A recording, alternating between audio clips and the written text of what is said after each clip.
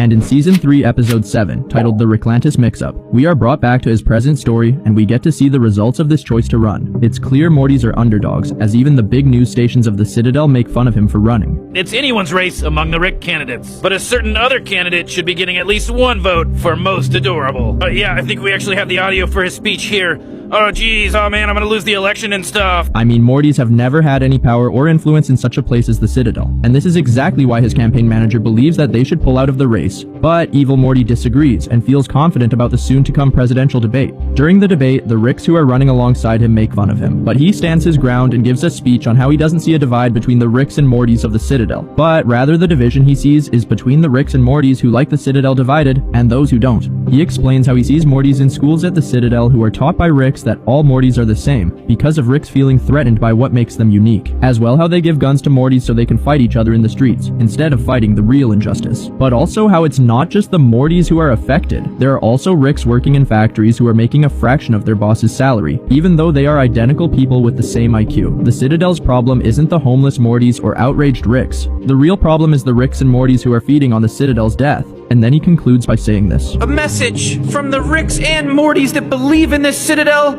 to the Ricks and Mortys that don't. You're outnumbered.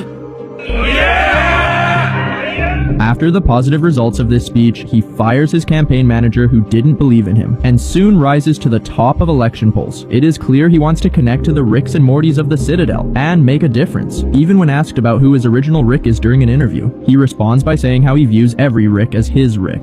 Campaign manager Morty sees this same interview on TV while at a bar after being fired, and a random Rick dressed as a detective hands him secret documents, which cause him fear while watching. So much fear, in fact, that he tries assassinating evil Morty during his presidential campaigning, but the attempt fails and he is arrested. All while this is going on, we get to see firsthand the issues of the Citadel which evil Morty mentioned in his campaign speech, such as when a Morty police officer vaporizes an entire house full of criminal Mortys, rather than giving them a fair trial. And his response when asked about it by his partner, who's a Rick, is this. What happened? Same old story. Morty's killing Mortys. After this event, the same Morty cop is shown trying to take a bribe from a crime boss Morty, but his partner stops him from doing so and tells him that he's under arrest, which causes a shootout with the crime boss. The Morty cop then shoots the crime boss after capturing him, because he doesn't want him to talk about the bribe, and then tries to shoot his partner Rick as well, which causes him to get shot by this Rick. While getting arrested after this incident, when the Rick cop is asked what happened, he says this. Same old story.